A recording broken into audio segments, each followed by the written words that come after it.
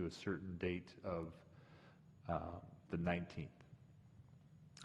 Okay, thank you. And actually, just to go a little bit out of order, welcome. I guess I saw your welcome on the city committees or the city council there, but would you like to just quickly introduce yourself? And I don't know if everybody's met Noah. Thank you, Chair Hancock. I'm Noah Hausch. I'm the new Community Development Director for the City of Cotati.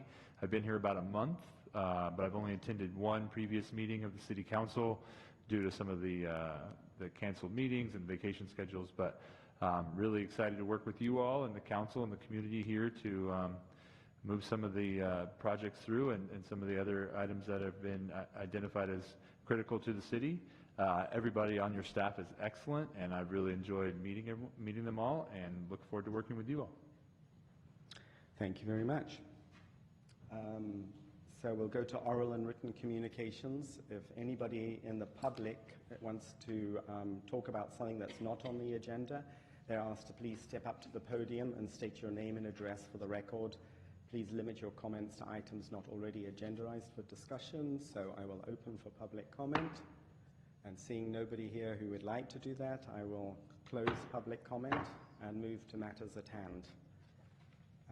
So we have a request for a preliminary design review for the Village at Cotati Commons mixed-use project to allow the development of a 7.54-acre portion of the South Sonoma Business Park project with 43 residential units and approximately 26,500 square feet of commercial floor area, including all supporting ancillary elements and features, subject to full compliance with the conditions of approval and mitigation measures listed on Exhibit A for the proposed Cotati Village project.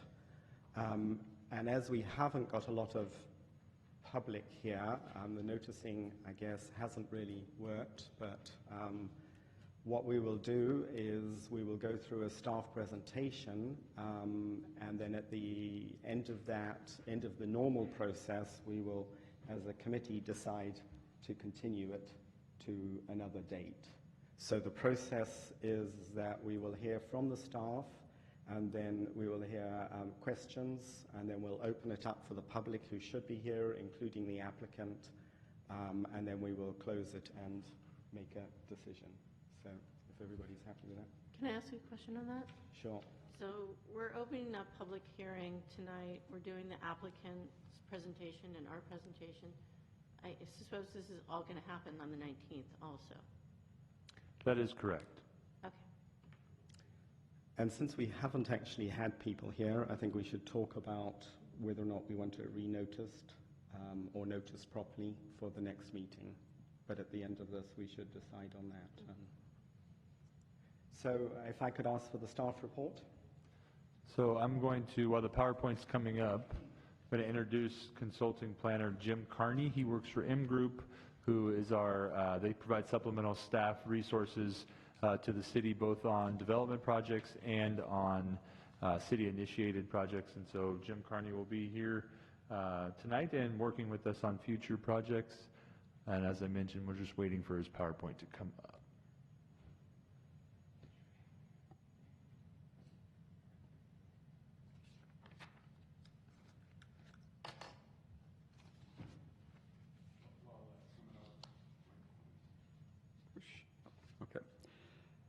Okay. Thank you. Thank you, Noah, and Chair and members of the Commission. Jim Carney, as Noah introduced me. I'm going to try to just step through the highlights of the proposal, and we'll have time for questions and so forth. There is a staff report, a number of attachments to the staff report.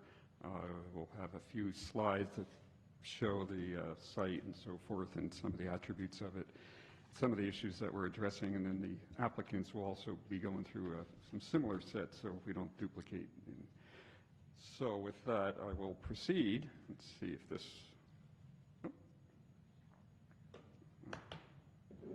Okay, just to orient where we are, I don't know if this, let me get this on. This is not coming on. Okay. The site is over on the west side on 116 and Alder Avenue. It's actually just to the right of this star. It's on the northeast corner, and it's about 7.5 acres. Let me go to the next slide. It was part of the original South Sonoma Business Park proposal. You can see up in the upper right-hand corner here is the current Lowe's and the parking lot and so forth, and the vacant sites in between. The original project, the Katati Cottages, is already there. It's 46 units, I believe. And then the subject site is the one just, let me see if I can get oriented here with my pointer. It's almost 7.4 acres, and it's divided into the northern half of the site is for a subdivision of 43 units, 6 of which will be for affordable and duets, and I'll show us a site plan for that in a minute. And on the south side of the site along 116 will be 3 commercial buildings. And there's a little closer view of the site, an aerial view, so you can get oriented. To the left of it, on the other corner, it will be the Senior Assisted Care project that you'll be hearing at your next Planning Commission meeting. So the actual subdivision, the lots are relatively small, but these are 2-story homes. Most of the homes are 2-story homes, a little over 1,800 square feet each, 43, and 6 are in duets on 3, excuse me. Let's see, there are a couple right down here in the southern part of the site, and then up in the corner are the duet units, 6 of them with side-by-side walls, and they're 3-story units with a garage underneath. The other houses, 1,800 square feet, are 2 stories, and they also have 2-car garages. The commercial buildings on the south side, there are 3 of them, and you'll see a view here in a minute. 2 of them are a little over 6,000 square feet, and the middle one is about 12,000 square feet, 2-story buildings. And here is a elevation for a sampling of the housing. And I think the design, what we're looking at tonight is redoing the design review, and we'll go over that in a minute in terms of what happened in the past. Everything's been approved on the project, except we now have to go back and redo the design because it lapsed. But the units themselves are, I think they're considered kind of California craftsman style. And my understanding is the design has not changed. I think there's a board behind you that's got some color schemes for the buildings and so forth. The duet unit is down here in the corner, so you get a sense of that. It's actually 3 stories, and the height limit here is 35 feet. So, and then the other building on the lower right-hand corner is the pool building. There is that little flag lot up in the corner of the property. There's 2 actual parcels, and there will be the pool building with a recreation room, bathrooms, and as well as a pool, which will be fenced, and a open area with a walking track around it, an oval walking track. And so that actually will be shared with the cottages project as well, this little park facility. Here are the exhibits for the commercial buildings. The A and the C, which are the left and the right buildings, are primarily the same, opposite reflections of each other. And then the middle building is the larger one, and that fronts on Highway 116. As far as the general plan, the village, we're calling it the Village at Katati Commons, generally referred to as the village at this point. It does conform with the general plan. It's currently zoned CG. However, that zoning wasn't there when the project was approved in 2007, so it was previously approved as a vesting tentative map under prior zoning ordinances. Another shot of exactly where that star is, the middle of the site, and these are all the commercial project, the general Gavenstein zoning district through this area. There have been a number of actions taken prior to tonight. Back in June 2007, there was an ordinance, 799, that allowed for the rezoning from the CG to a CG PUD, Planned Unit Development. Other ordinances for the marketplace and adopting the CEQA, the Environmental Impact Report, which was actually certified back in 2001-2002 period, and there were 2 amendments to that, addendums, I should say. Also, the vesting tentative map was also approved at that time with the mitigation measures from the CEQA documents, as well as the conditions of approval. The preliminary design review was approved back at that time. However, as I said, because everything else was approved, that one lapsed over time. The map was kept alive since 2007 with annual updates or allowing them one more year of staying live, and as recently as June of this year. So the conditional use permit was also approved back at that time. Let me go forward. So in terms of the preliminary design review, what we're doing now is to take a look at what did happen in the past and what's currently there, but it's essentially we're following a city code for commercial buildings and subdivisions over 4 units, which this one is. We're addressing site planning and design and other attributes of the architecture, landscaping, and so forth. Final review for the detailed landscape. This is not the final review, this is actually the preliminary review. The final review actually was changed. There used to be a design review committee, but in February of this year, the city had changed that process to an administrative review. So the final review will be through that administrative review process. We will be going back to the city council for one more review here. As I said, it was approved back in 2005. There are minutes for that attached to the staff report. They had a few comments back then, as you can see in this slide. Nothing too significant in terms of what was reviewed back then, and there were essentially no changes in the design of the buildings for this project, and so they did recommend that the project was in conformance with the city's design standards. There was a landscape plan, so I'm not going to go into all the details on that one, but there are a significant amount of tree plantings around the perimeter of the residential and some along the back side or the north side of the buildings that create some screening between the residential and the office development there.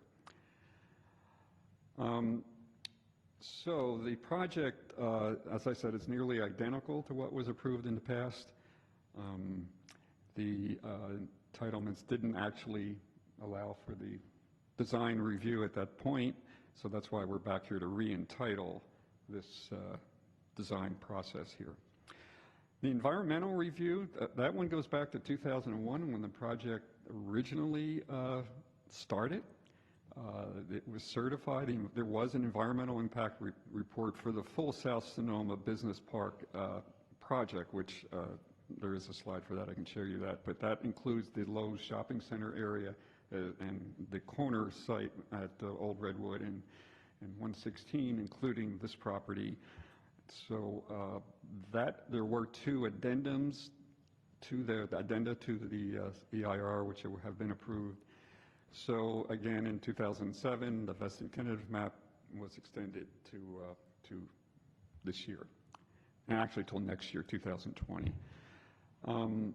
There were a few issues that we resolved with Caltrans in the city with some of the widening of 116, and that's actually been resolved as much as I can understand. I think that's the case. The mitigation measures will address the cumulative impacts, and So at this point, there were provisions made for making improvements in a fee program that was adopted, and so that's been agreed to by the parties, the city and the applicants, that the city will actually receive some funds to make those improvements on the approaches to the site off of 116. So in terms of the summary and staff recommendations, the land use code has identified this location as appropriate for the mixed-use residential commercial development. It was rezoned with the PUD. It complements the existing cottages project and homes to the north and the future marketplace development as that builds out to the east. Additional parking was added to allow for visitors to the site, and the issues resolving the traffic at Older and to the marketplace and actually that traffic goes through to the marketplace. So in terms of the actual project, we will be recommending that the design review is consistent with the South Sonoma Business Park Environmental Impact Report, including the Addenda 1 and 2, and meeting the requirements of CEQA, and approve the preliminary design review for Cotati Village, mixed use, and so forth. With that, staff can take questions, or you may proceed with other comments from the developers. Is that the end of the staff report? So I'll bring it back to the Planning Commission for questions before I open it up to the developer or to the applicant. So Lisa. So I just had, back when this tentative map was approved, so the enclosures for the trash, I would like to have them be big enough to have compost and recycling and garbage.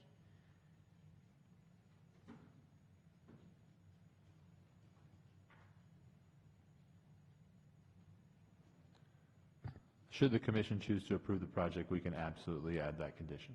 Okay. And that's state law now. Very nice. Any other? Well, I just want to add on to that, that we should be requiring that of all developments that are mixed use, either multifamily or commercial developments should always have trash enclosures that can hold at least 3 different containers. Do you have any questions on the current plan? Or? Trying to decide if my questions are to staff or I think I'm going to save my questions for after the applicant. Okay. Jim, what is the significance of this June 13th, 2020 date? Does it have to begin by then, or just what is that about? Oops, thank you. The vesting tentative map was approved this last June, and it extends 1 more year for that map. So subdivisions are a 2-step process. So the developer has gotten their tentative map approved, and that's been extended through 2020. They now have to record what's called the final map, and so it's similar to a design review and then a building permit, as far as if you want to think about it in the 2 steps. And so the developer is required to submit their final map application to the city by that date. So restating it, what you're saying is by that date they need to progress it to the next step. That's correct. Okay. Thank you. Commissioner Brickney? So I'm going to raise a question. I'm not sure if this is best for staff or the developer. Please let me know.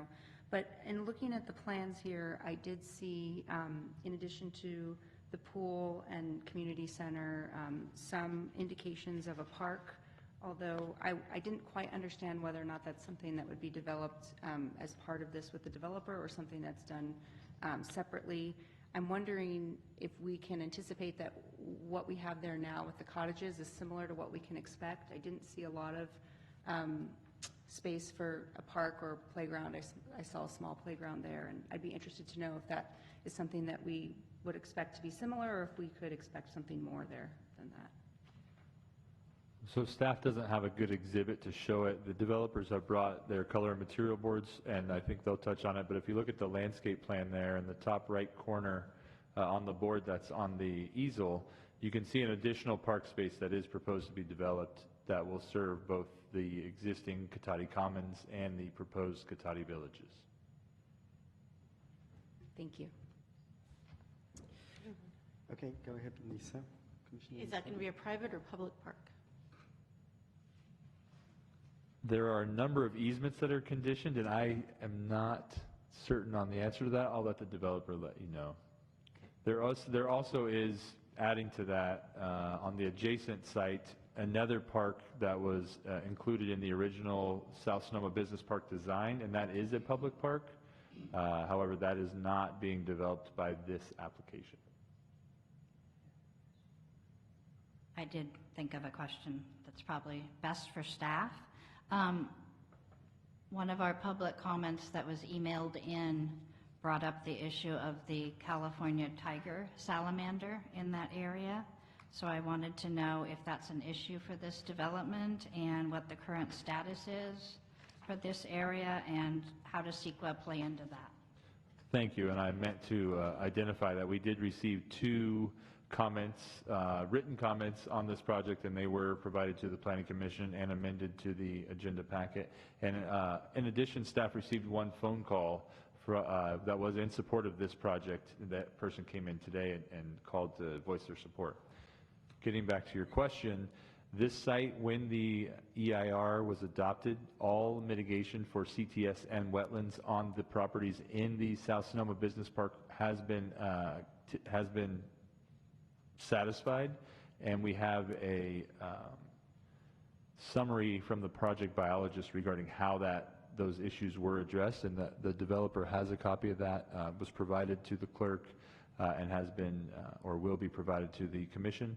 Staff will also amend the agenda packet to include that analysis and summary, so that way the commission and the public has that attached to the next packet when this is brought back. Thank you. So the question I've got is related to that, I think. We're looking to find that the requested design review is consistent with the EIR report, but we haven't actually had access to that. So should we be having access? So the staff does not have a digital draft, given the timeline for when that addendum and the actual EIR itself were created. The document's available in the office, and it's available for anyone to come review. However, we will, upon hearing this concern from the commission, work to try to digitize a copy of that and provide it to the Planning Commission. It is worth noting that all previous bodies that have reviewed these documents did find them consistent with the EIR and addenda, and we have had numerous supporting staff. We have a CEQA consultant review those. Biologists reviewed that. Multiple documents have been done updating that analysis as state law has changed. However, I can understand the concern from the chair, and we will endeavor to provide that. Okay, thank you. Just if we have to make a finding about it, I think it should actually be available for the staff. So another question, when I went round this project yesterday, there was a lot of parking on the southern side of the project. So a lot of vehicles, and it looks to me, looking at the plan, like that would all become incorporated in the new villages portion. So what is the sort of I know there was a 2007 analysis looking through all of this about parking, but it does look at the moment that this is a very dense project. People are still coming in with their vehicles. What's the current thinking about that? So this project is located in what's called the planned unit development, so the zoning is specific to the site, and the amount of parking provided by this project meets the requirements of the code. I understand that may not address your concern, and I would just ask the developers to speak more about how Ford Lane, which is the street that kind of is between the new and the existing development, may or may not provide additional street parking. Okay. And on a similar note, I noticed in, I guess, the DRC from 2007, and also in the notes here, talking about access people being able to walk between the different parking zones. And again, I'm just phrasing it now, but it would be good to have that addressed by the developer when that comes up, that if there is shared parking, that is it actually accessible by foot? It is worth noting all of the existing development, this proposed development, and the adjacent development are all contained within cross-access and use easements, ensuring that legal public access across all of these properties is provided. Okay, good. Thank you. Any more questions from the commission? Well, it's a big packet, so I will now open it up to the developer and invite you to come to the front, and if you could speak to the microphone, because we have it on record. But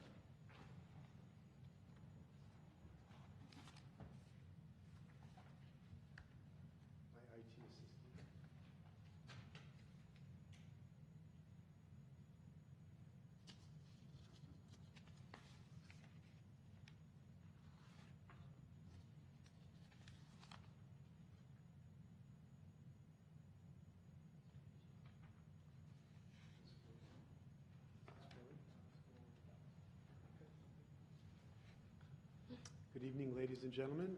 I'm Tom Monahan. It's nice to be in front of you this evening. Thank you for your time on this warm August night. And thank you, staff. It's nice to see everybody again. It's been a while since we've been here. So I've been involved in the project since 1999 or so, when we first acquired this property. And just to go back a little bit, we originally had a business park planned here. Nokia was going to be the original tenant back when we had Telecom Valley. So we had designed a project at that time. That's why it was called Sonoma Business Park. And Nokia was going to be the anchor tenant. They were going to take about 500,000 square feet in this location, and there would be some additional housing built there. Nokia ended up not moving forward, and about 2002 we decided to change the nature of the project and to incorporate more of a mixed-use type of project, which is what ended up getting approved in 2002, where all the EIR was approved, all the mitigation for, which was a question that was asked earlier, all the mitigation for tiger salamander and wetlands was all done at that time. And ultimately, what ended up being approved then was the mixed-use project as a master plan community, which included the Lowe's project. It included just south of Lowe's. It included a shopping center, if you will, that our friends at Newman Development were going to implement. It included the cottage project, which is a 40-some-odd unit project, which was built. We built that a while ago. And the Village project, which is the project that's before you tonight. The Village project was the follow-on phase after the cottages. So the cottages were townhomes, and then the Village was going to be, and is going to be what they call bungalows, and then a mixed-use office component of that. So all of these things were designed at the time. They were approved at the time. The EIR was approved at the time. We intended to continue to build one phase after another, and we were not able to do that because Caltrans Road, as part of the project, originally was going to be widened. And Caltrans took a very, very long time to approve that. By the time they approved that, the recession was upon us in 2008. So this project was approved in 2007. It came back for a refresh. The design review was approved. Everything was approved. It was all found to be conforming to the EIR. And the only Achilles heel was we had to get an approval from Caltrans to widen Highway 116 to 4 lanes, essentially along the frontage there. Caltrans took forever. We paid a lot of money to the city and to consultants, and that's a long story that should be told at another time. Then the recession came, and pretty much all financing came to a stop. Newman was not able to develop their shopping center, although for the same reason, because Caltrans was not approving the widening of Highway 116. So the project sat on the shelf for a very, very, very long time. Around 2014, financing started to become available again. We resurrected the project. In 2015, the city amended their general plan and included a TIF, the Transportation Impact Fee, which took the responsibility to widen Highway 116 off of our shoulders as the developer and put it onto the city's shoulders as the project. That was became the city's project, if you will. And we were then to just contribute a defined amount of money called the TIF fee, and we would contribute that money. The city would do that, and we thought, okay, now it's 2015, we're ready to go. We submitted all of our plans. We thought we would be able to start construction immediately because the project was approved by ordinance. Vesting tentative map was in place. The only little thing we needed was the recertification of the design review permit, because the design review permit only had like a 2-year shelf life on it. So we came back for a design review permit, and at that time the city said, well, hold on a second, we want you to analyze the intersection of Alder and 116, which was a safety concern. And we said, oh, okay, let's go do that. Let's fix that. Let's make that safe. And again, we went back to Caltrans, this is 2015, and submitted our plans to them. They took their very long, sweet time, changed things, changed another thing, and it's taken us from, I think we submitted in 2016 to Caltrans for I guess what I would call a left turn lane as you're traveling eastbound coming from Sebastopol, right where Red's Recovery Room is, if we all remember where Red's Recovery Room is. So that would be a left turn lane into Alder going northbound. And that became another long delay, and back and forth with Caltrans, with our civil engineering team, Adobe Engineering locally. And in 2017, when the fires came in, we were very close to having everything completed. And of course, half the county, was involved in the fire, including Caltrans, all the engineers. No one could do anything. It got put on hold. So hopefully that answers the question, why am I here in 2019 to try and, reach back in time to bring this project through the process? So we've been working with staff all during that time. The project essentially is the same project that was approved 12 years ago or 13 years ago, which was really approved as part of the master plan in 2002. So this vision has been around for quite a long time. We've had our hands tied and not be able to move it forward. We now hope this is our chance to move that project forward. So that's a little background. I realize we may have to go through this again. I didn't realize we had a notice issue, but we're happy to be here and answer any questions. There were a couple of good questions which I will attempt to address if I can. Let me see if I can pull up a couple of images here.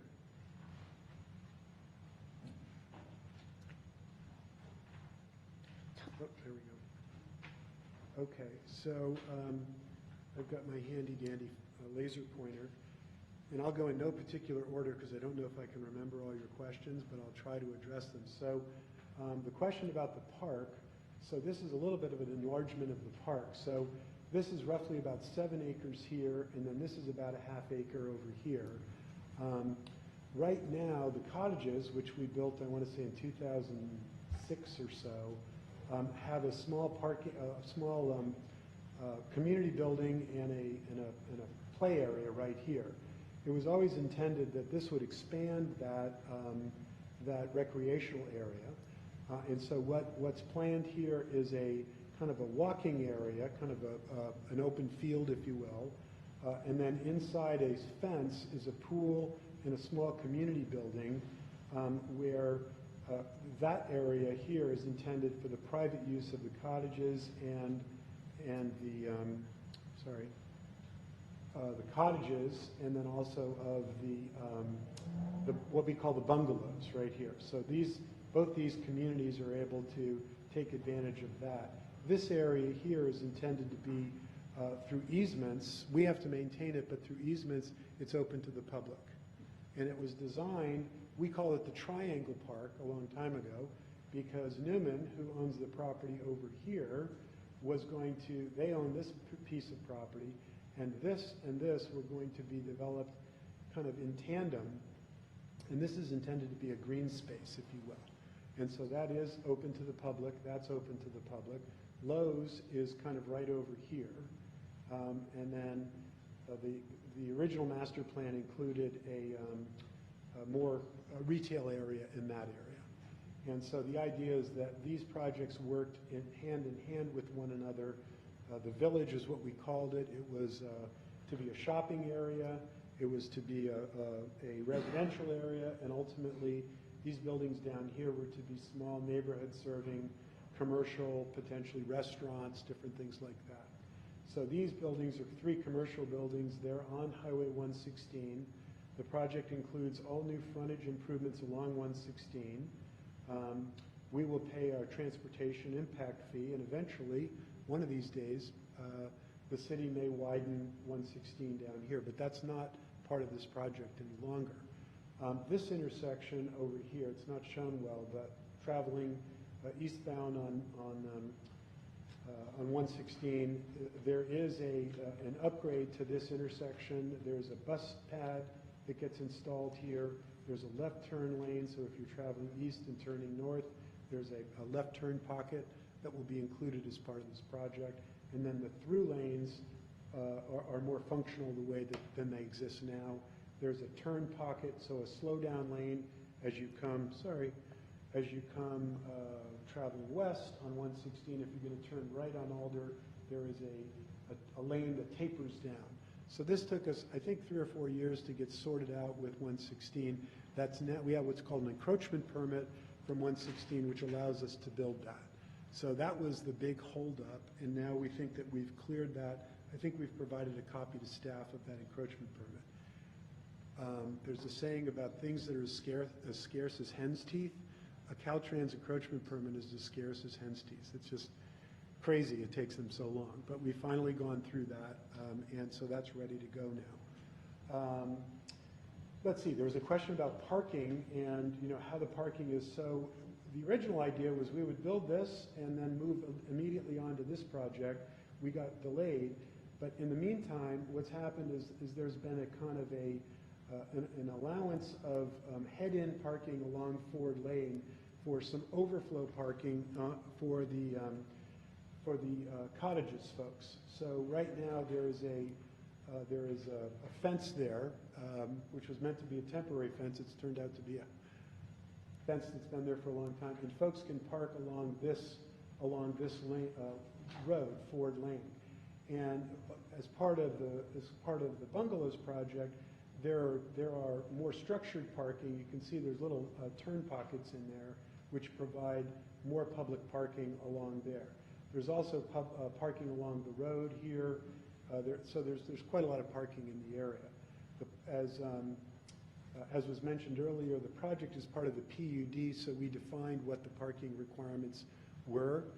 There's also, we consider this to be overflow parking because these are offices, and so at night, these spaces, I don't remember, there's 100 spaces in here.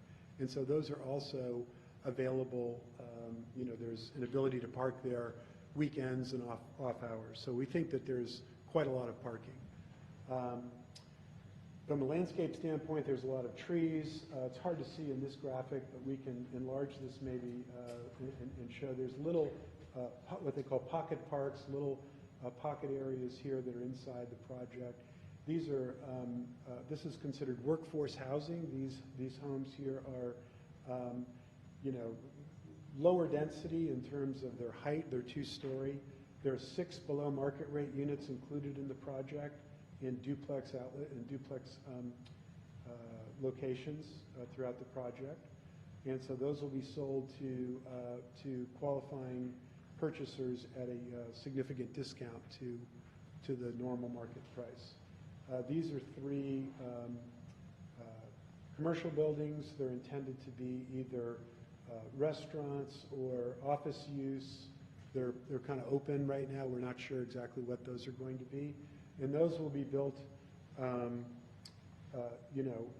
along with these houses. So the idea is that this will all function as a kind of a community. I know folks from the cottages have been very supportive of the project. When they bought their homes, they were expecting that would follow on right along very quickly, and we've been, unhappy that it's taken quite so long. Let's see, was there another question that I forgot? Connections between the Okay. project, between the new cottages really, and the new village, I guess is what it's been called, and the overflow parking. Okay, so the overflow parking I tried to address by indicating that there would be additional, so there's parking in each unit. Each unit has a two-car parking garage and also space in front of the parking garage. So there's adequate space for these homes. There's adequate parking spaces for the commercial area. So when you say overflow parking, Well, it was referencing what you termed overflow parking, which was in the I guess really what you're talking about at the moment is in the commercial area on the southern side. You said that you considered that to be overflow parking for nights and weekends for what was for the houses to the north. And it's just, will people be able to easily walk between them? Sure. There's a few oak trees that remain on the property here. There's a little oak grove, and we've designed it so that we incorporate this oak grove into a little meandering path that goes along here. So it's very, very walkable in between the two projects. There's sidewalks all along both sides here. And this little oak grove kind of meanders, and then there are curb cuts. Can't see them here, but there's, I think, 3 or 4 curb cuts in this area for traffic to circulate in and around this portion of the project. So as is typical of an office building on a weekend, there's generally nobody there. So that was the idea, is that we didn't want to pave paradise, as they say, so we ended up having the ability to provide extra parking on weekends and at night. So there will actually be substantially more parking in the neighborhood than there is now. And this area up along Ford Lane, I think, that will, right now it's very unstructured, it's just like a gravel lot, and that will become curb and gutter, and the south side improvements on Ford Lane will be included as part of this project. And then there's these are just little kind of small alleyways, very similar to the way that the village works now, the cottages work right now. Those are just kind of small little short meandering streets. And we've worked with the Rancho Adobe Fire Department to make sure that we have adequate turning radiuses and fire vehicular access, and all of those things have all been reviewed and approved. So we think that's going to be a great addition to the neighborhood. Could you just talk about the stepped design? I mean, I think there's a benefit for the neighborhood in having some, just so that people aren't looking at in each other's houses. We've had some other examples in Cotati, but... Sure. Well, I mean, starting from the busy road, so we put the commercial office buildings kind of in front here. So those create kind of a little bit of a step design and a buffer, so that you just have little areas in between the buildings where you're seeing primarily landscaping as you drive by. So that was a nice feature. These are primarily two-story structures here, and they are. There's an image here that I might be able to call up. So this is kind of a streetscape. So they're relatively narrow structures with 6 or 7 feet in between each building, and the rhythm of the building is such that they're facing out onto the street on both sides. So when you say step design, this is a relatively low height limit. It's about the same scale as the cottages project, which I think was found to be successful and looks good. It's residential in its scale. This is the illustration of the community, the small community center that fronts in front of the swimming pool, which on this slide, if you can see it over there, is there.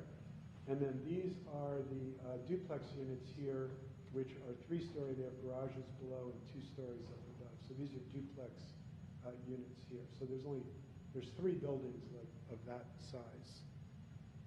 And then if I go forward, this is a little bit larger scale. You can see a little bit of this little oak park here, and it's still hard to see, but there's a little meandering path that goes through there.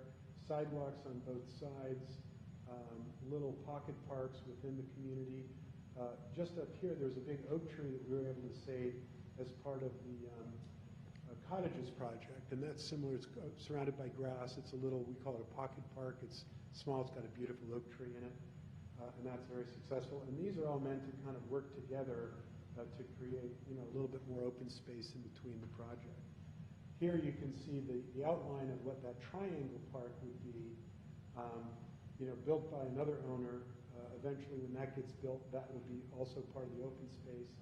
And then, let's see.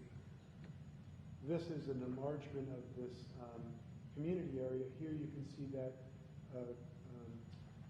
community building here. This is an existing community building which is really attributable to the cottage project. And here they have a play structure. And we haven't talked to the folks at the cottages exactly about how the reciprocity will work between, but it's our thought that the cottage folks will be able to join into the swimming pool, have access to that, and it may be possible for these folks to be able to use that little tot play structure that's there. And then both properties and the public are able to use this lawn area. It's going to be landscaped. Right now, it's just we call it an interim park. We put a fence around it and planted it with grass, so it's just been able to be used as an open area for the last number of years. But that'll be improved as part of the project. I was thinking when I said the step, and very nice, thank you for that, but the plan arrangement that you've got shown there, you've got the 3 houses going down and then it steps in the plan. This here? Yeah, and moreover on Alder Lane, so you've got this design, which, Sure. I like it. Okay. So just a bit, if you can talk about the thinking behind that. And Okay, well, it was so long ago, I'll have to refresh my memory, but yeah, the idea was to try and break up this, the plane line along Alder Avenue, so we put 4 here and then create a little break and step that back off the street, so it wasn't quite just a straight line there to the public face of that public way. And then that created a rhythm where these streets kind of have a little jog in them, and then we were able to carry that all the way through, so that instead of just having straight block subdivision, it created a little bit more interest. It allowed for a little bit more open areas in between certain parts of that community. And then, of course, keeps turning up. Of course, these units here, they will front right now. They will front on this park, and so we were able to create the same kind of little jog in the road. But these units are very nice. They load into the back. The garage is back here. And the front of the house is actually fronting on what we envision this to be a park. Had this gone according to plan, that would have been all built at the same time, and that green space would have been very enjoyable. Right now, it's really just kind of an open area until the Newman people decide what they're going to do with their property there. Did that answer your question? thank you. Yeah, any other questions from members? I have kind of a long list, so bear with me. Okay. We can go one at a time, so you don't have to remember them all. Sure. Can you show us which streets go through from the villages to the cottage? Sure. I don't know which is plural. Let me go back to the site plan if I can. Okay. So I don't remember the names of the streets, but this street is intended. Now, I have to back up and say the city in their general plan created the idea of putting a cul-de-sac here on Alder and stopping Alder from connecting to 116. Right now, it still connects to 116, and in the foreseeable future, it will. But in the city's master plan, there's a notion that this will become a cul-de-sac, and you'll be able to come south on Alder and then turn around and go back, and you won't be able to get through to 116. That happened many years after this plan was designed. When this plan was designed, the idea was that this would be a east-west road connecting into what we called the marketplace at that time. So the marketplace was the retail portion of the project. So this is a through road that goes through here. This is not a through road. It comes through, and then there is a there is like a turnaround, there's an ability for the fire department and other vehicles to turn and go south and then to come through this way. So also in the city's general plan 2015, they moved the intersection, which used to be over here, to here.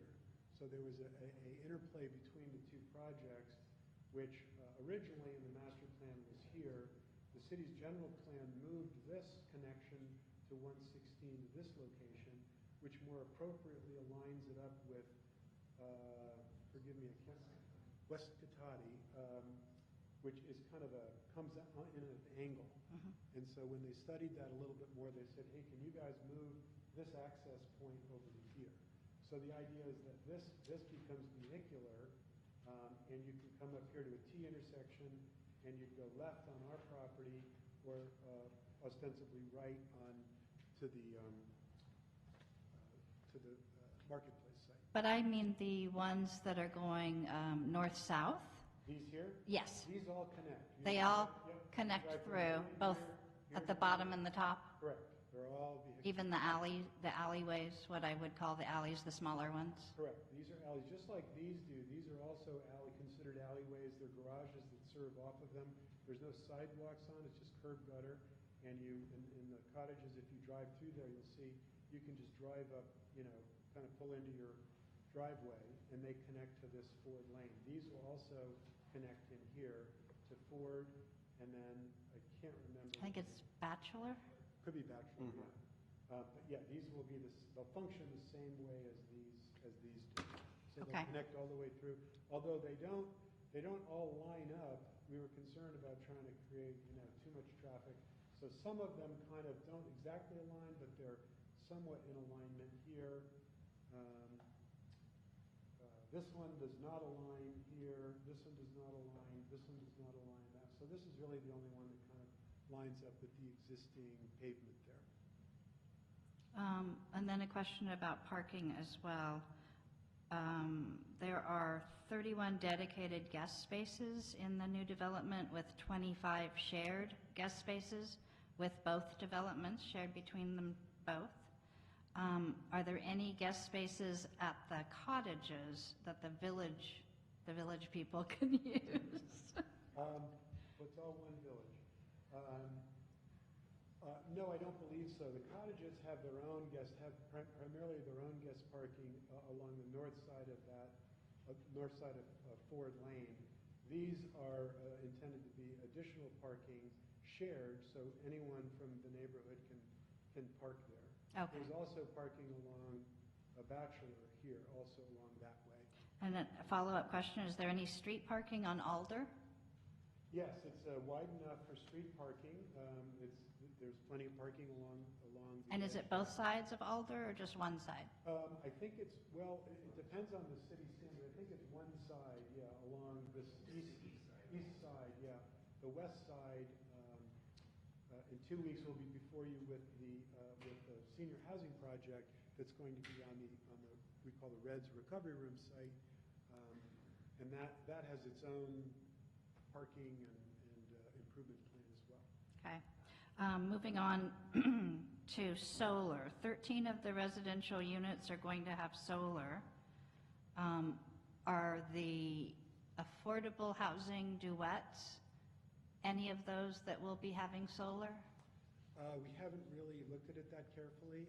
All the houses will be plumbed for solar, meaning that we'll bring the infrastructure for that. Now it's, photovoltaic systems are much more efficient than they were 15 years ago. So I'm sure that people will take advantage of that. I would suggest and appreciate if the affordable units had the solar panels installed. Those are the people that are least able to afford the soaring cost of energy. And that would probably be a great assistance to them to be able to have that. Sure. Yeah, that's a great idea. I think it would be a good plus for them. Are the commercial units equipped with solar? They are not equipped with solar. They have flat roofs on the top, so they are, in order to keep the height low, they have kind of a parapet height. Depending on the well, the roof well, you could put solar on those as well. So would that be up to a tenant to improve, or how would that work in the future? Well, the buildings have to conform to Title 24, which is kind of the new energy code standard, so we haven't really gotten to that stage. It may be that to meet Title 24, they may need that green points, if you will, where you would put those in. They're facing south, so it's an easy application to stack panels there. And as I said, the technology for solar is so much better than it was Right. a decade ago. Yeah. That it's Any plans for solar at the pool? solar water, Solar heater? solar heater. Solar- I don't know. We can certainly look into that. Let me just look and see which way that roof is facing there. Yeah, so this is the roof here. This would be the south-facing area. So theoretically, you could put solar on this area right here. And maybe even if you weren't going to provide solar, maybe have it ready to hook up to solar so that it wouldn't be such a stretch for a homeowners association to pay for that. Sure, good idea. Then I have a question about the traffic impact fee. Any idea how much that's going to cost or how that's determined? Or do you just wait for the city to say, this is what you owe? Well, in the city's ordinance, they have a fee. I don't remember offhand what it is. There's a formula based on the square footage tied to both residential and commercial. Okay. So there were some improvements that were included on 116. That were on page 122. And I wanted to know if those were separate from the TIF or if those were included, if those would be provided from the money in the TIF. And I can name them for you because I wrote them down. Eastbound Gravenstein Highway left turn lane onto Alder. Southbound Alder right turn onto 116. Southbound Alder left turn onto 116. Westbound 116 deceleration lane, which I don't really know what that is. Is that a right turn lane Slow down dedicated? lane, yeah. And a bus stop on 116 commercial frontage, which you said was actually in front of the Reds Recovery parcel? Yes, it was moved. The Sonoma County Transit wanted it moved from where it was.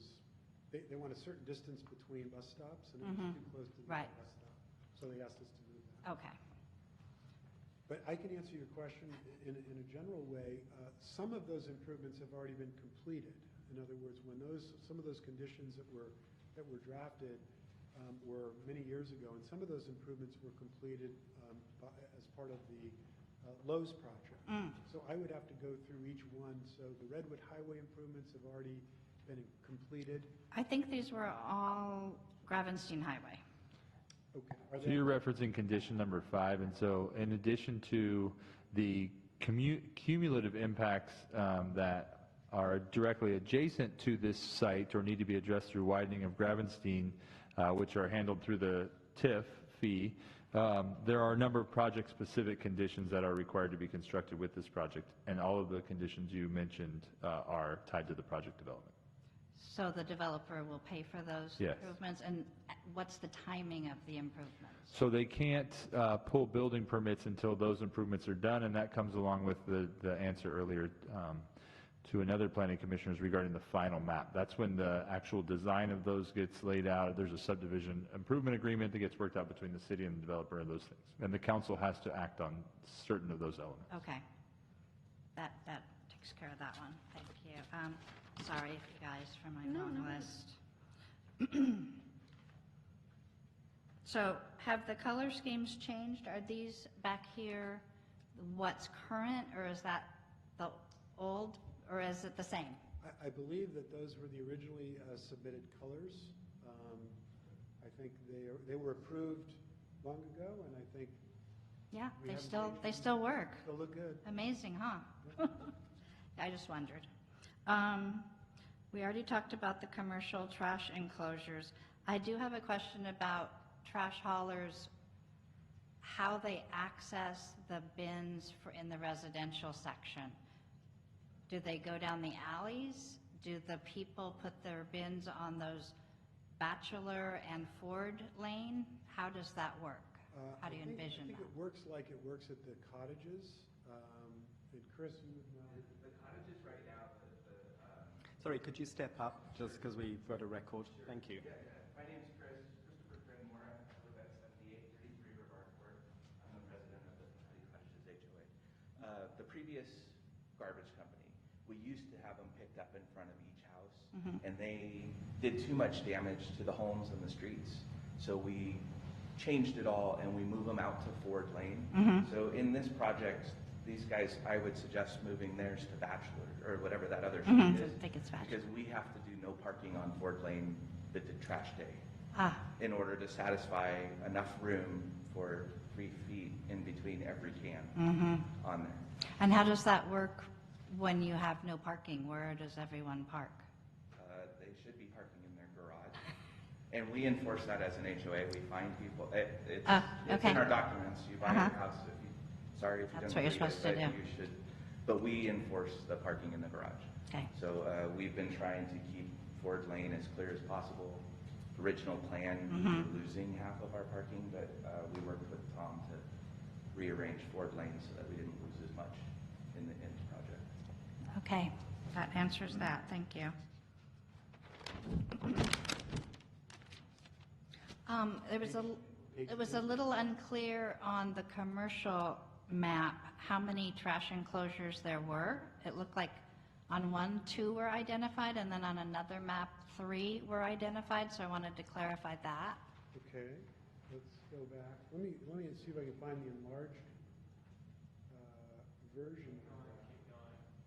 I'm going to go to the past these homes. There, okay. I believe there's 3, and I think there's 1 around here, 1 here, and 1 over here. One Okay. for each building. Yeah, just wasn't clear on some drawing somewhere. Okay. I wanted to ask you about office versus retail in the commercial building. Are you open to retail? Is that a possibility with the design of the buildings? Is it something that can be flexible for the future? Yes, the buildings were designed to be kind of to serve both type of uses. And, you know, we haven't moved forward with that obviously yet, but there has been some interest from, there was a wine tasting group that wanted to come in. They thought that would be a nice kind of gateway towards Sebastopol, and also the way these are designed. This doesn't show it, but there's been a little plaza area added. This may be an older graphic, but there's a little outdoor patio on each of these 2 buildings now. So the idea was that could work for like wine tasting. It could be a convenience store. It could be a restaurant. Okay. Yeah, we're open. Each of those smaller buildings now, this one and this, we call this building A, B, and C. Go figure. And we've always thought this would be a great location for kind of that type of convenience store, small deli with an outdoor area. So we've had interest on and off, but we haven't been able to do anything with any of the prospective tenants because this building is probably a little bit more suited to office because it's it does has this plaza area on this side as well, but it's a longer, thinner building, so you could divide it up and have retail and service uses. It has a second floor as well, so you could have retail on the ground floor and offices above. In the grand plan, we thought people might, you know, live, work, home, you know, walk across the street and have an office or a shop or whatever. And That's what I was thinking, is that with the development of more residential and then the senior facility, that it would be nice to have possibly some retail that was walkable, Yeah. that you could walk to. yeah, we hope so. I did want to, just to let people know, I did a little research on what the current vacancy rates are, office versus retail, and industry. Industrial vacancy rates, these are based on 2017, the latest figures. Industrial vacancy rates average 7%. This is Cotati Rohnert Park area. Office vacancy space averages 29%. Not great, you know, if you're the landlord. And retail averages 6%. So really, it seems like retail is more profitable for a landlord in this economy anyway. Yeah. So that's what I wanted to say about that. We got that. Oh, I wanted to know about pedestrian and bike lanes on 116. Does that even exist? Is there any kind of access for bikes or people walking to get from the development to the downtown area, to the Walgreens area? Currently or? Planned. Planned. Well, as you know, I can't speak for what the city is doing on their master plan for 116. On our project, we'll have frontage improvements all along 116, which are intended to connect to where the next project will go, and that connects to the restaurant that's should be right about there, which connects to a signalized intersection. I assume that there would be a bike lane added onto 116 as 116 gets improved. The ultimate configuration does include bike lanes. Okay.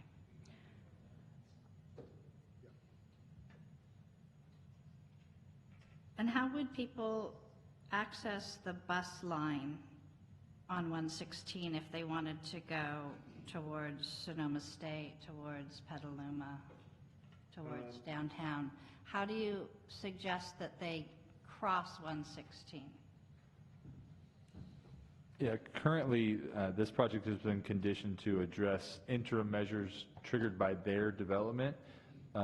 Ultimately, as the applicant identified, I believe West Cotati is proposed to be a new signalized intersection located directly between this development and the development further to the east. So that is the ultimate idea, but as of right now, the interim conditions do not include any new crosswalks across 116.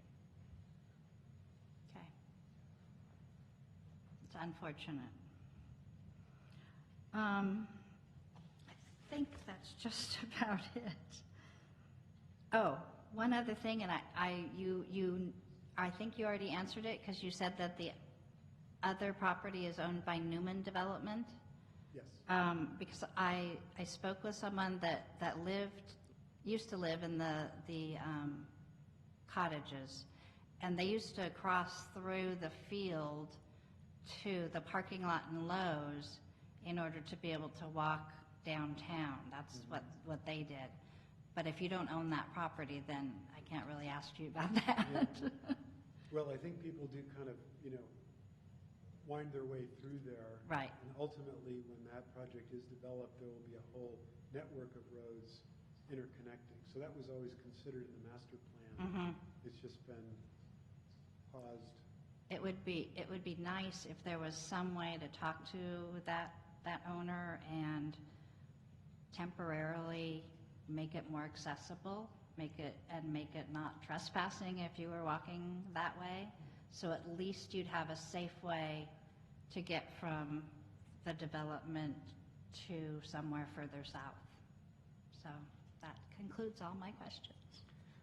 Thank you very much, Commissioner Whipple, former director of the Chamber of Commerce, I think, so you've got some good information there. Has anybody else got some questions for the applicant? Tom Monahan?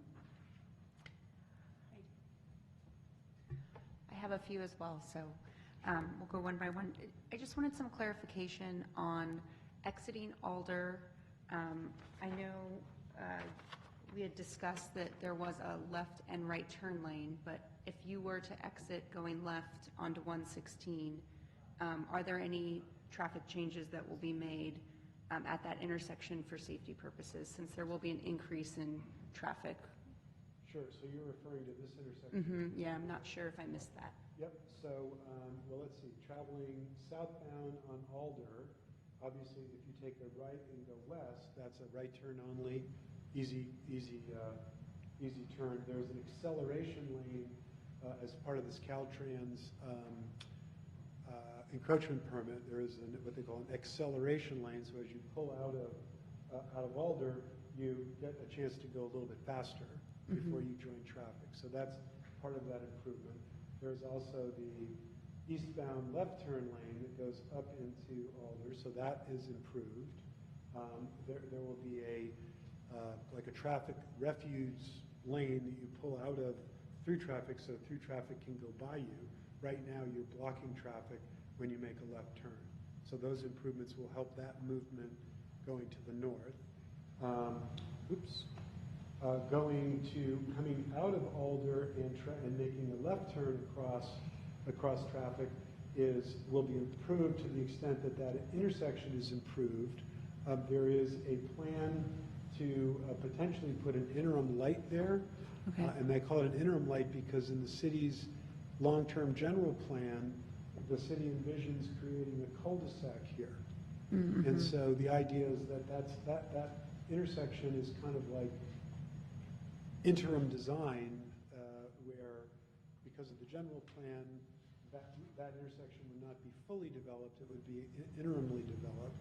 There is a decel lane if you're coming west on 116. The road is going to be widened here to get out of the lane of traffic and make a right turn lane there.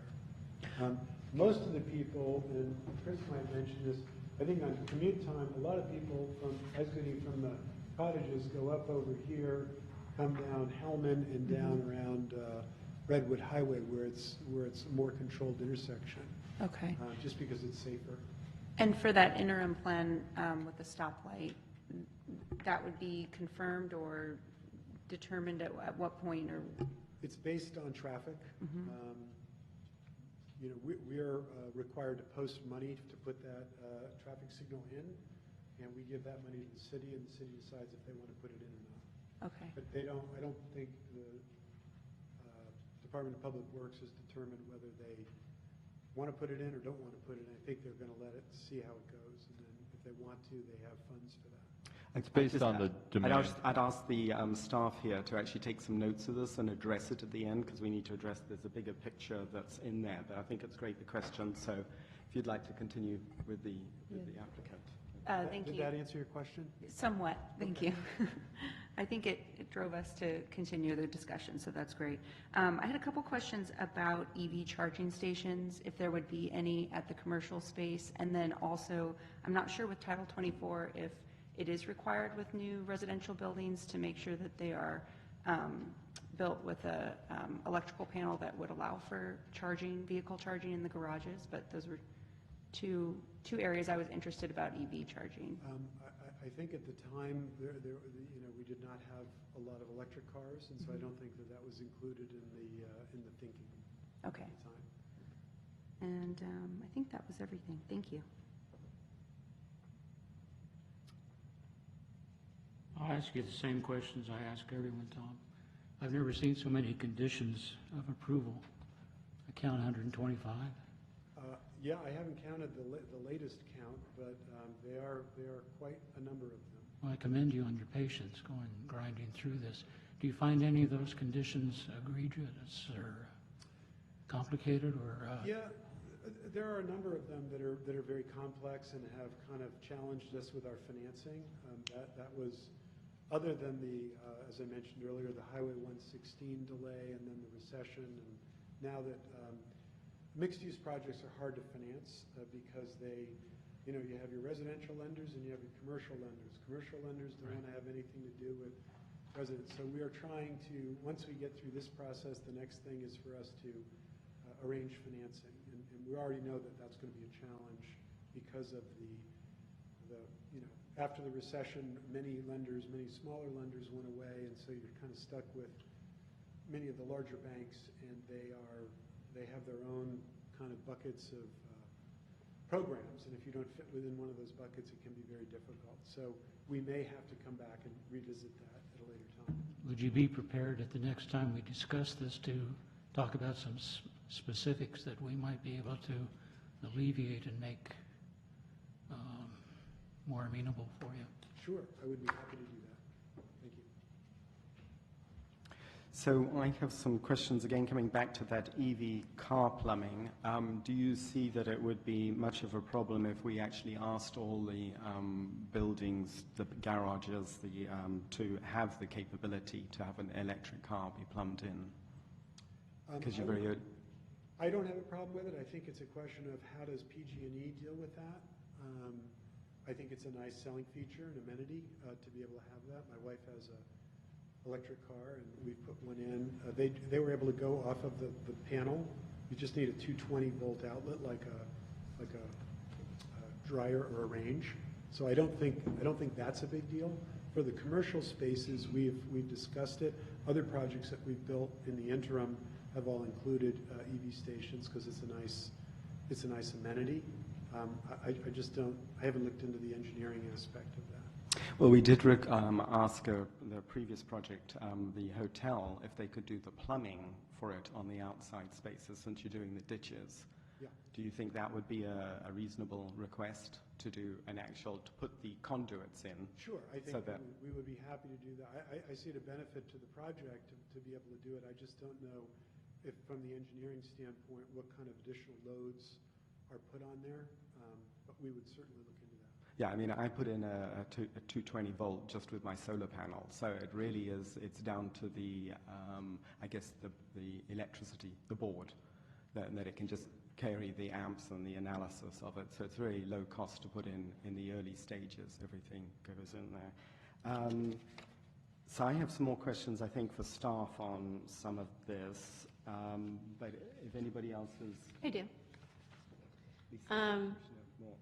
So I know we talked a little bit about and Suzanne had some questions about the enclosures and everything, and I just want to put it on record again that now that it's state law that you have to have compost if you're having restaurants out there or bars or any other kind of some business is going to be generating compost, that any 4 yards of cubic waste now you have to have compost on site. So I like to just have that on the record. I have a question to staff, but I'll wait for that. I agree with all the comments about solar. We just did a project that we really pushed for solar on, and I think it only helps the value of the property is to have solar on that. I think that's an amenity now that is really, to me, should be a requirement. And not just something that we hope people are going to put on their homes.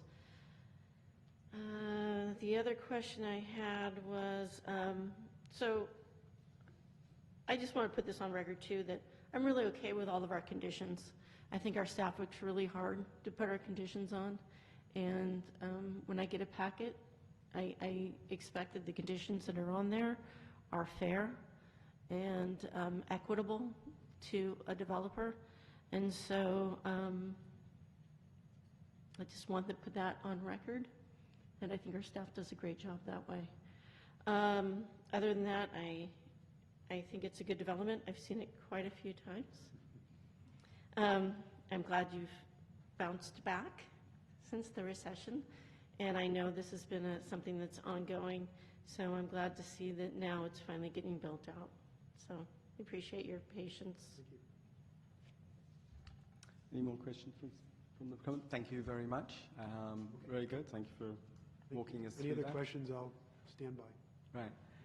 If anybody else from the public or would like to make a presentation or ask questions, talk about the project. My name is Christopher Granmore. I live at 7833 Rivard Court in the County Cottages. I'm also the HOA president. I bought my house brand new as part of, as they were saying, phase 2 is what we call it, the bungalows. The pool and all of that was part of the initial buy-in, and so we've waited since 2004 for this project, so I'm very excited to see it's getting closer. There was one thing that showed up on the map that I was a little concerned about, and it's the park, actually. is the first I've heard that it was a public park. We have a lot of transient issues right now with people using it that aren't from the neighborhood, that leave their waste and everything else. But if it's a public park, there should be more parking available. As it stands now on that plan, I don't think it should be a public park. I think it should be residents use only. That's my personal opinion. Everything else, though, I think is great. I'd make one other comment about the master plan, and that's the cul-de-sac at Alder. I think that's not a good idea.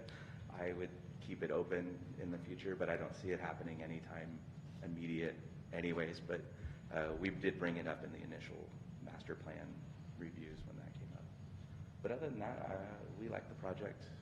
As the entire residents have been working with Tom Monahan and his crew since 2004 to push it forward as much as we can through the years. So we're excited to see the possibility of Reds going away and something new coming up. So yeah, if you guys have any questions about the cottages, I can answer those. Other than that, thank you. Thank you very much. So I'll close public comment on this, and I'd like to bring it back for staff to answer some of the questions, particularly the framework for the road. And I guess it's the 2015 general plan and the way that, first of all, looking at addressing the T-junction or making that West Katati Road a T-junction and going through, and then what might happen, what is the spacing of the traffic measures that are in there. And I'd also like to throw open, we may have had problems with Caltrans because of some past initiatives that were passed in Katati that limit our traffic management capability, but is there sufficient space for future if things were to change as far as the traffic management type of devices? We use traffic lights to other devices that would perhaps keep the traffic flowing through faster. But if you could just address those plan changes and how they might work into this project or might not. Is it through the TIF? Is it through, I think that would help everybody. So ultimately, Highway 116 is envisioned as being 4 lanes from Redwood Highway to the farther western boundary of the city, I believe. And so, as you can imagine, that's a cumulative consideration and generally couldn't be borne by one development project. Although the original EIR for the entire South Sonoma Business Park did put development and widening of the 116 onto the development of that entire area, obviously that did not occur. There were some changes in ownership and who wanted to move forward. So during the 2015 general plan update, the city looked at a way to address kind of incrementally incorporating those changes into the highway. The traffic improvement fund was a way, identified as a way to do that. And what that fund does is it looks at the overall improvements to 116, which include a signal at West Katati, and then another signal on the western boundary of the red site at a future road that's not currently there. And because of those two identified signals, Alder was proposed to be terminated at 116 and cul-de-saced. Getting back to the idea that those are incremental changes, as these projects move forward individually, there needed to be some kind of project-specific interim improvements that would allow traffic to safely flow, and those are primarily addressed through conditions of approval 5 through 8, but specifically number 5 and number 8. And so all of the project-specific requirements of this project are included in those conditions. When the REDS project comes forward, the assisted living project, some of those conditions will be the same because they are intended to address traffic impacts from either or both of those projects. So whichever one were to move forward will be required to put in some of those interim measures. And in this case, those interim may be the situation for quite a while until the ultimate improvements can be built to widen 116. The conditions also identify that the traffic improvement fund will be based on individual projects kind of contribution to the traffic volumes, and will be collected based on engineers' estimates of the design of those improvements. So I hope that gets to some of the questions. So for the, specifically for the Cotati, West Cotati Avenue straightening that would bring up with this project, is there either a time frame, or is there, how does it work with the TIF funds? So the TIF funds are actually intended to cover the cost of numerous developments throughout the city, a number of which are on Highway 116. And the need for those is going to be based on individual traffic warrants at each intersection, volumes of traffic on each roadway, and the number of projects that develop along and adjacent to those planned improvements. So there's no way to forecast a time frame today, because some of it's based on as those properties develop.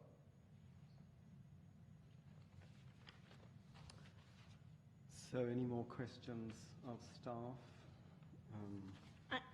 I'm curious, and this is something, when Prue Draper was alive, she helped with naming streets. So I hear the names of these streets, and I'm a little curious, just who's naming these streets now?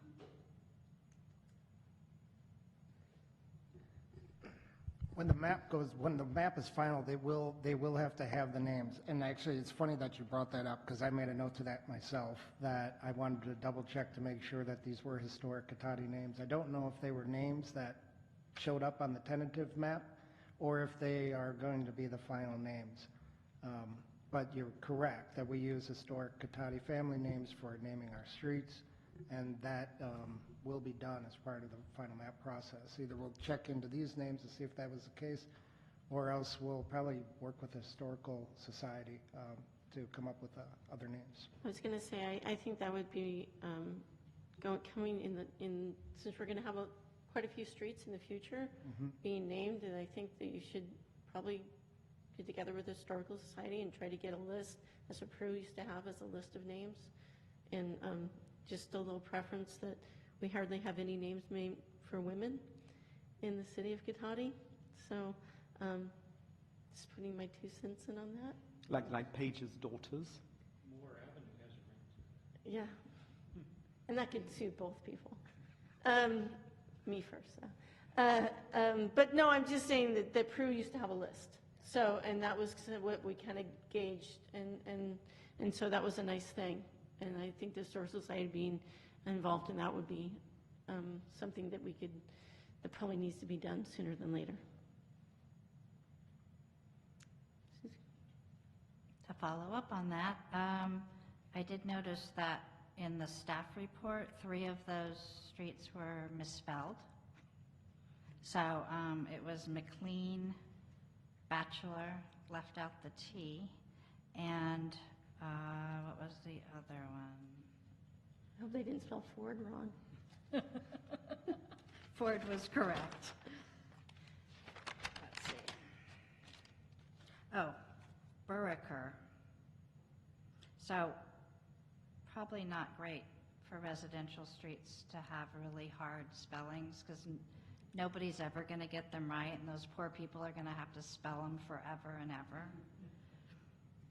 I like Rivard.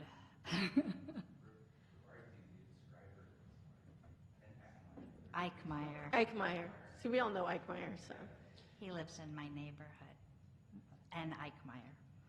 And Bachelor, actually, I remember that he was one of the early architects of downtown Cotati. Okay. Yeah. And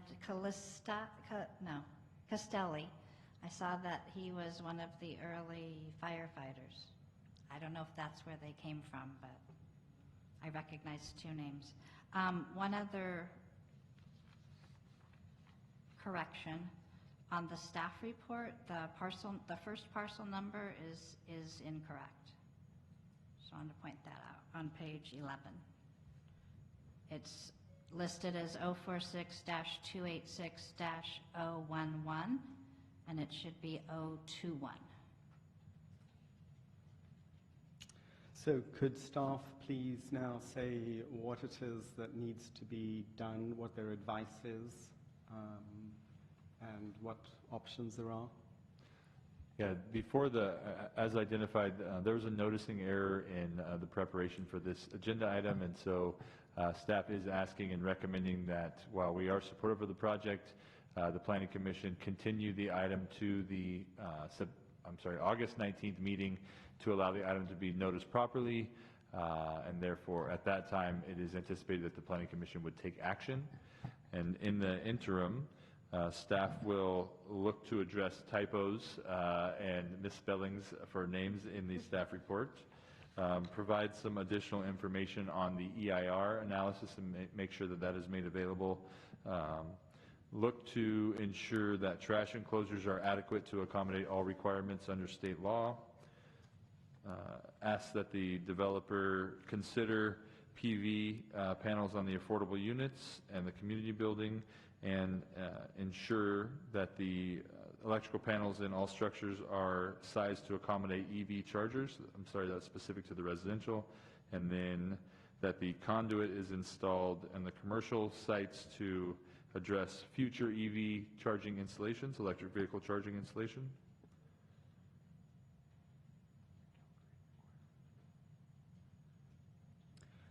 I was believe that addressed. partly wondering, when were the residents notified of effectively this, we are doing a DRC and a planning commission combined? Did the people within the project area get notified of this?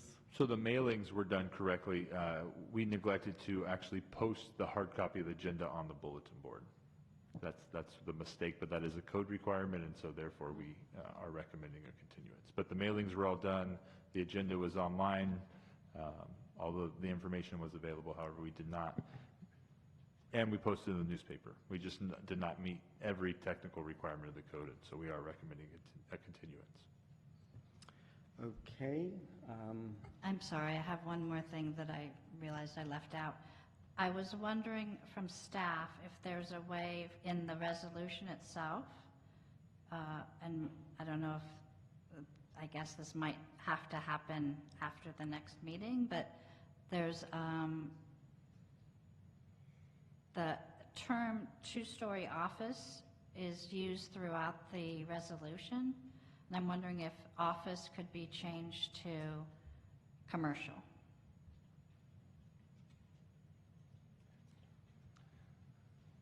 Thank you for noting that. And it is worth noting that condition number 4 specifically does allow those commercial businesses or buildings to be occupied by both the uses allowed in the planned development district as well as the Gravenstein corridor zoning district, with an intent to try to make it as flexible as possible for future commercial tenants of those buildings. So we finished asking questions. We're not having discussion at all at this point. We're going to wait for the next thing, but could I have a motion to continue this to a time certain for August the 19th at 7 p.m.? Sure, I'll make that motion to continue the meeting until August 19th. Do I have a seconder? I'll second. Could I have a roll call, please? Commissioner O'Nines? Yes. Commissioner McKenney? Yes. Chair Hancock? Yes. Vice Chair Whipple? Yes. Commissioner Moore? Yes. Well, thank you, everybody, for getting that. Thank you, the applicant. And we will, where is the agenda now? Reports by staff. Okay, so we're going on to reports by staff. Okay. Thank you, Chair Hancock, Commission. So as I mentioned earlier, I'm the new Community Development Director for the city. I'm very excited to be here, very excited to work with all of you. I'm happy to meet with you all individually. I was able to meet with a couple of you, not everybody, so I'd look forward to a chance to chat with you individually and hear what your individual philosophies are and what your desires are for the commission as we kind of build ourselves and our agenda. That being said, I do anticipate having a very busy fall. Working with you all, we've filed a grant with the state, and it is a non-competitive grant, which means essentially we will get some additional funds to look at streamlining our housing development process to try to reduce some of the the impacts to getting housing development built. Similar to that, the City Council has prioritized doing some economic development priorities and revisions to our code as well. So we will be bringing forward two kind of packages of modifications to the current zoning code to try to incentivize both appropriate commercial development as well as residential development within Cotati. And so what that will mean for the commission is some study sessions or some community workshops, in addition to some review and recommendation of ordinance changes to be recommended onto the City Council. And we are hoping to have a lot of that work wrapped up by December, so by the new year. So just as I mentioned, we will be busy. So please, if you have conflicts with any of our meeting schedules, planned vacations, any of those things, please let me know. And I will therefore kind of build our agendas around that, work with the chair to build our agendas around that. Along those lines, the first scheduled meeting of September falls on Labor Day. We don't have any items that are tracking to land on that day specifically, so we are recommending that we cancel that meeting, but we can decide at a later time. So if any of you have any reasons why that should not occur or cannot occur, please contact me directly. Otherwise, I will work with the staff, with the chair of the commission. And as of right now, we will anticipate canceling the Labor Day meeting. And then just to give you an update on the hotel, staff has been working with them to review their improvement plans. They're working to put together their final design review package, and that will be submitted through the city's new design review administration, which we are also working with Archeologics, the architecture firm, who will be providing additional architectural input through that process. So that's a general update. That being said, I'm kind of looked at some of the more nuts and bolts issues of the Planning Commission, and I'd like to throw out an offer to have, a CEQA 101 or a Land Use 101 or any type of a kind of a public workshop or discussion with the Commission and the public on any of those types of issues. Housing 101 with all the recent legislation in Sacramento. If the Commission is interested in any of those things, I'd be happy to hold a workshop or those types of things, those types of meetings, just for informational purposes. And then finally, I don't believe, or I'm not aware, if the Planning Commission has any bylaws. And so that's usually something that's very helpful for kind of deciding some of the more mundane but critical elements to getting some of our decisions made. And so I will be looking to schedule a bylaw discussion, providing some draft bylaws for the Commission to review and potentially adopt at a future meeting. Got a quick question on your street lighting, mostly because I heard a KQED program that talked about lighting plans and just that the shift between the current sodium orange lights and the more of the whiter street lights actually gives a different type of brilliance, but the meters are still reading the same. Will this include that there might be a reevaluation of just what are the street lighting requirements, the street lighting plan, I guess is what it's called? Yeah, so generally that's managed through the Public Works Department, but I will work with them to see where we are. I'm not sure if we manage our own streetlights or if they are done by PG&E here in Cotati. So we do, staff is telling me we do, and I'm not aware of the We go through enough street lighting discussions and special plans and things. So. Well, I will work with the Public Works Department to provide the Commission with an update on where we are with that. I'm not aware of any now, but again, I'm relatively new. So. Thank you. And then there is a Planning Commission coming up. Is the staff going to support advertising that, or at least there's a planning seminar at SSU that is put on, and I think in the past that has been available for members to go to. I thoroughly recommend it. I've been to it. Thank you for pointing that out. I absolutely will look to have that cost funded by the city. I will always budget that and additional training opportunities for planning commissioners. It is a Saturday, but I'll let you know the date, and it is excellent and very, very affordable as planning conferences go.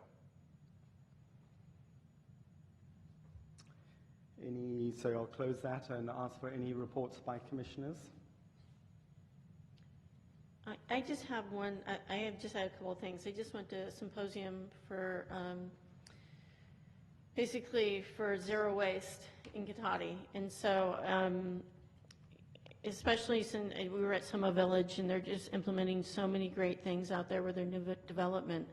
I would like to see us have that more of a discussion here when we do projects about what the waste stream is going to look like and what we can do to help with that with the development of these projects, whether it be an office building or a planned unit development.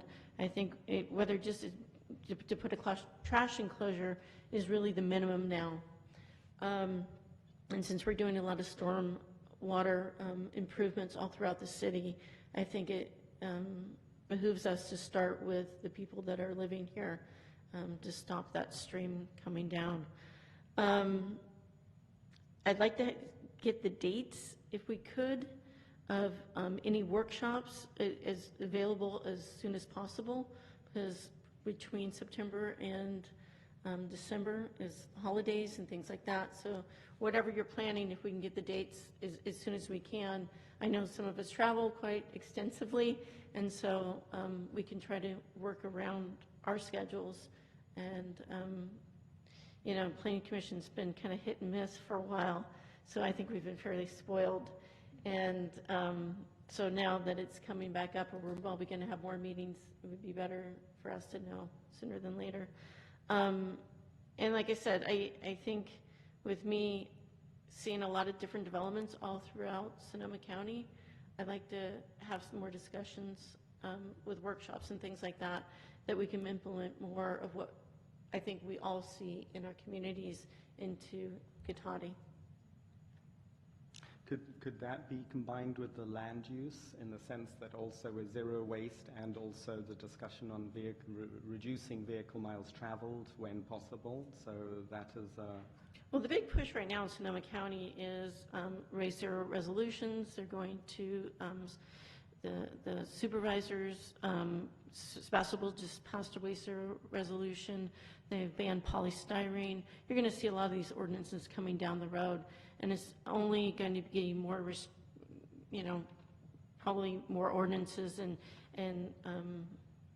you know, like I said, when we plan these projects, I think we need to plan for all the energy, plus bike paths, plus garbage, plus having these places be zero waste as much as possible. And I've been educated by my wife, who was also at that seminar since then. So Jenny and I run in the same circles right now. Yeah. Any other reports by commissioners? I don't have a report per se, but I would like to say that I would look forward to hearing more about affordable housing and how we can increase affordable housing in Cotati. So if there's some kind of workshop we can do or some kind of learning about that and how we could try to accomplish that. In addition to the zero waste plan, I think that's something that the City Council should really tackle as a group. I'm not sure why they haven't already. I like to think of Cotati as environmentally friendly, as friendly as Sebastopol, and I'd like us to consider that. So just to throw out an idea also on that, the CEQA is an analysis, and I'm wondering whether or not, I know it's a bulky document at the moment and there's many trade-offs that happen in there, but if that could be incorporated as part of that when we're going through a project, it seems to me that that's a place to also be looking at some of those analyses, because things are connected. And they're very difficult. It's a very long-term. I mean, I thoroughly support you know, in trying to figure that out. So whether or not that's an appropriate place, but it certainly seems to be it has to be incorporated as that starting point. There's been changes, I think, even since this project came in, for looking at junction changes, LOS, to vehicle miles reduced, which is a very hard analysis, and I think we'll get more of it if we have, like, the downtown area comes up for discussion than just where that could actually do. The other area, so I haven't got any report, but one of the things that came up, maybe also for a discussion, is looking at this issue with shared parking, and whether or not there's a way, this is just an idea that I had come up, but whether or not there's a way of a dual usage, more dual usage ideas that somewhere that might need some more parking, and the aspect of the PUD sort of is trying to encourage less vehicular traffic, but there might need to be some buffer areas that could be initially done just with some low, some parking space that could maybe later on convert to a park should it stop being required or residents ask for it. So again, how can we look at dual usage, do things perhaps bring in some of these ideas, but have a transition way of opening it up for the future decisions. So I think that's it, unless anybody else has any discussions. Thank you very much for plowing through it and for the good questions that have come up, and thank you very much. So I bring this Planning Commission to a close, and we will time certain next week on, got the next one. I forgot to say, if we need to take a break, we usually have some cards out, and you can just flash a break.